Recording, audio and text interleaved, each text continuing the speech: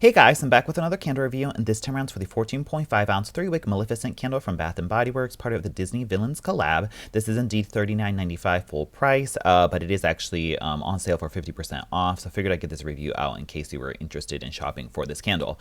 The notes on this read Sinister Plum, Midnight Berries, and Mystical Woods.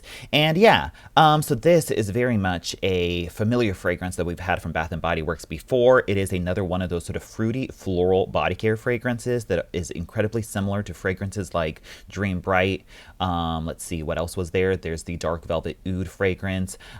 Into the Night is vaguely similar to this as well. Dark Kiss, if you like that sort of like dark rose plus fruit fragrance, this is very much in line with that. But unfortunately for me, it's like the lightest version of all of those, at least in terms of the candle performance. So not great there, but I guess if you like the Disney Villains theme, then maybe that might be a little bit of a value added for you.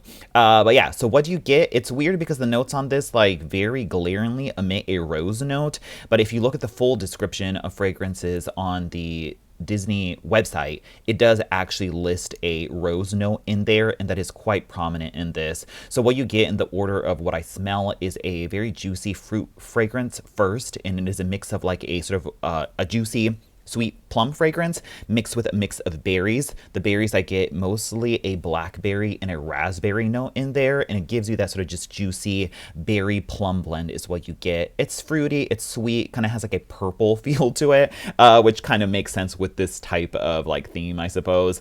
And then that is mixed quite heavily by a rose perfume plus like woods undertone, and the rose is similar to the rose that you would get in fragrances like Dark Kiss or Dark Velvet Oud. I would also say the Penelope's First Kiss, You're the One, in Journal Moments all have that sort of like powdery, old-fashioned rose fragrance that you kind of find in like classic department store perfumes. I would say that's the type of the rose you get, and then I would say the rose is then paired with a slight like woodsy quality to make it more like darker and robust. And I would say maybe like a cedar wood or even a slight patchouli note is giving an extra sort of woodsy quality to the rose. And so you get those fruit notes mixed with the rose notes, and that's what you get. And it just gives it a very sort of like traditional Bath and Body Works, like a darker, fruity, floral rose fragrance. And it makes sense for like a sort of like a gothic villain type of fragrance like this. And once again, very similar to like the berries and the floral quality of Dream Bright. Dark Velvet Oud is also very similar to this, but just much stronger, and it has more of like just a layered, more complex fragrance to it. And those are probably the closest two fragrances that I can talk about. So now that's out of the way, let's go into the performance.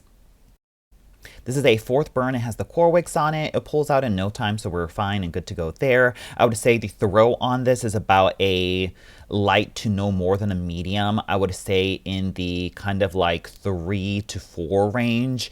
I can smell it as a very much a background fragrance when it's in the living room, and pretty much same with the bedroom too. It's not super strong, especially for a fragrance that has a rose in it. I feel like it's a little bit more subdued.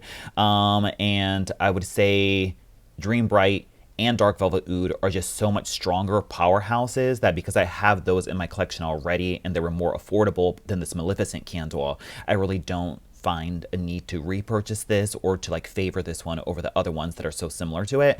So this is probably my like least favorite of the collection. The packaging's all fine and dandy, but I'm not really buying a candle for a like toy lid. I'm buying it for the fragrance. So that's pretty much the performance on this.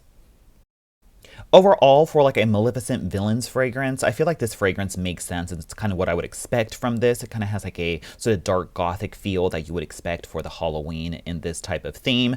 And so that's cool. But I would say the other fragrances like Dream Bright and Dark Velvet Oud were so much stronger that I personally don't need to repurchase this. But I would say there's a heavy floral fragrance in here that's not listed in the notes. So if you're doing a blind purchase, just know that there is quite a bit of a perfumey floral quality to this paired with the fruit notes. The fruit notes are still prevalent, but once again, it is more of like a perfume note. So yeah, that's pretty much it. Thanks so much for watching, and I'll talk to you guys later. Bye.